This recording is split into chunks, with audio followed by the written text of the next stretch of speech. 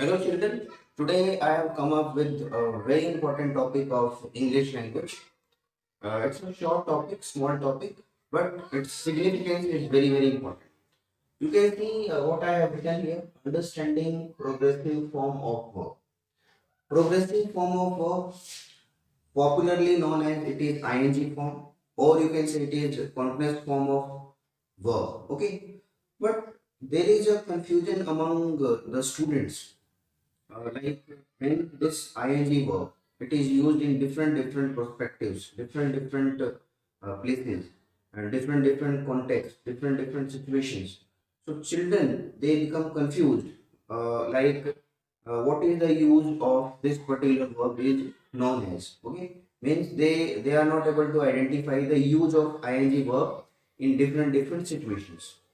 So to overcome that kind of problem, today, I have come up with a solution, and this is beneficial not only for the student of like 9, 10, 11, 12, and this is you can say it is very important for those students also who are preparing for some kind of competitive examinations. Okay, so here we start.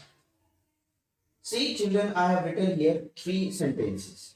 Okay, in all these three sentences, I have used this ing form, but every time, in every sentence, the use of this ing form, it is quite different.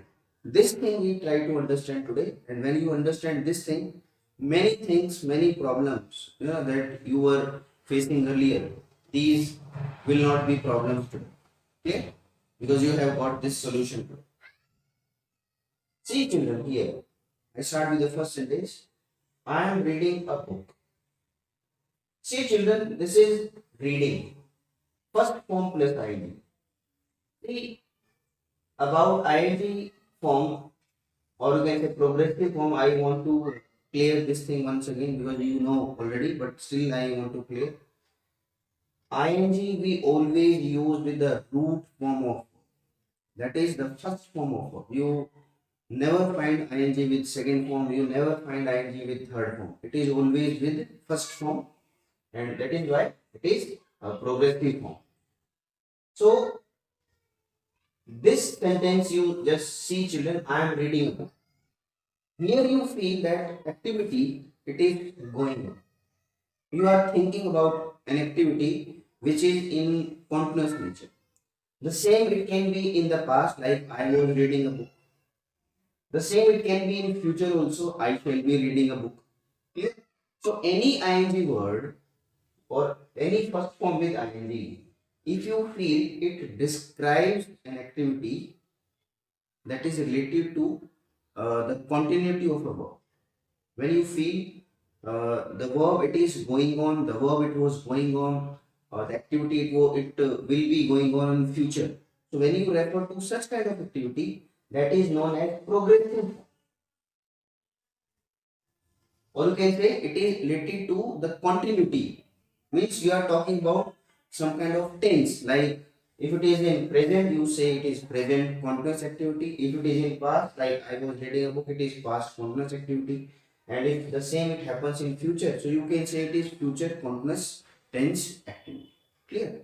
But the question is, now, when do we say?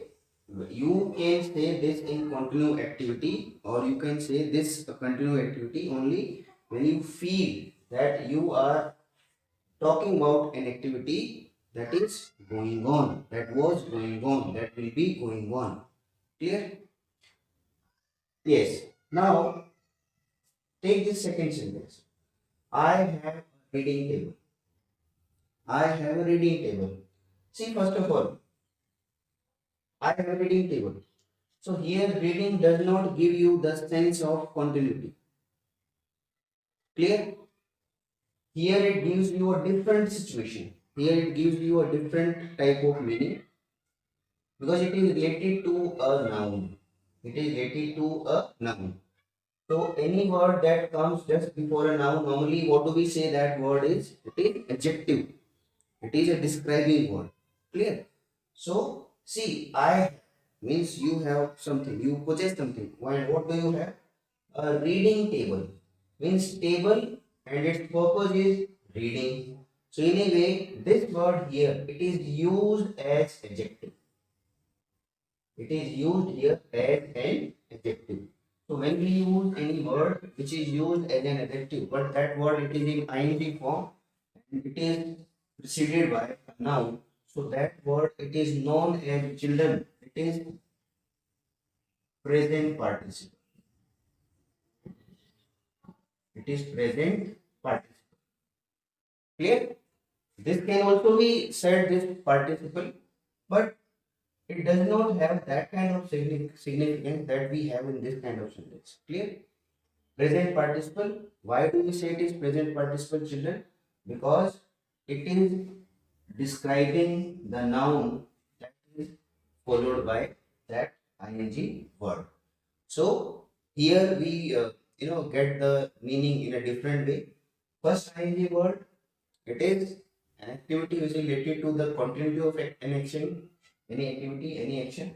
But here this word, earlier the same word it was used in a different way, but here this word it is used in a different way because it is used to describe this word noun. It is doing the work of an adjective. So any ing word, when it does the work of an adjective, it is known as what? Present participle. Clear? It is also known as known as adjective participle.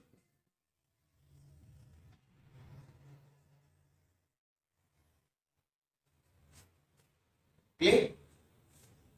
Clear, children? So this is about the second ing word. Now next one is this is very very important, children.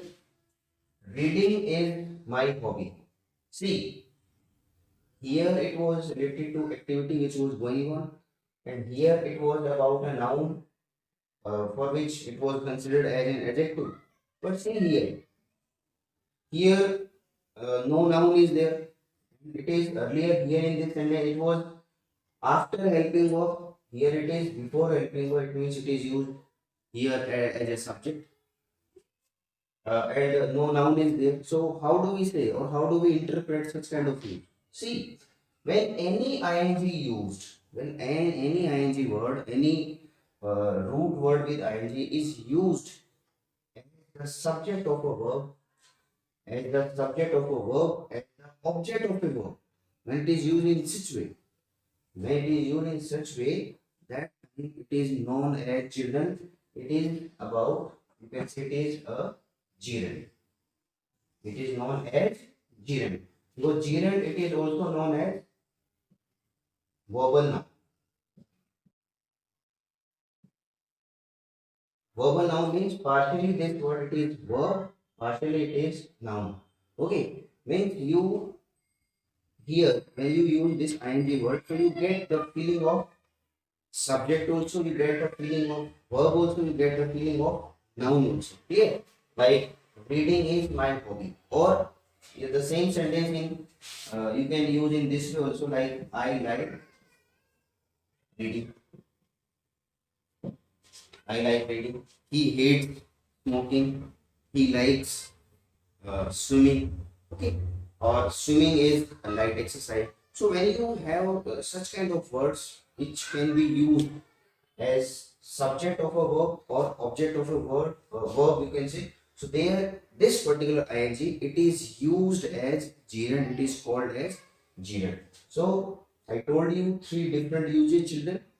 Again, I tell you in a quick succession. Listen. Uh, First time when you feel like when you use any word with ing and you talk about the continuity of action. Okay, you don't think about any activity. You think about the continuity of an action.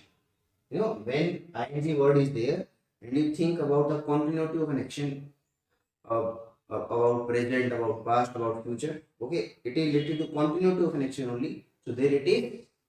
There it is known as progressive form. Clear?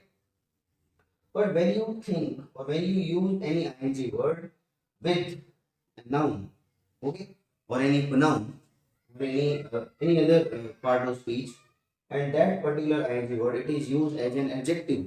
So that we can use here present participle. So that ing word, it will be used, it will be treated as present participle. The same word ing, if it is used as the subject of a verb or the subject of the object of a verb, if it is used as the subject of a verb, object of a verb, so at that time, children, this particular ing word, it becomes gerund, it becomes verbal. Partially it's a verb, partially it's a noun. So I think after this, after watching this explanation, certainly children, you will not have any doubt about different types of situations where you find the use of ing. Okay, like in tenses, it is continuity, and in other uses, like when we talk about non-finite. So these two things about non-finite are there. Soon I'll be coming up with the full-fledged topic uh, of non-finites. Okay, so today I just gave you some glimpse of non-finites. Only it is for the betterment of the students. So I think after this, certainly they will be having no problem about this type of situation. So keep on learning, children, and keep on watching. Thank you very, very much.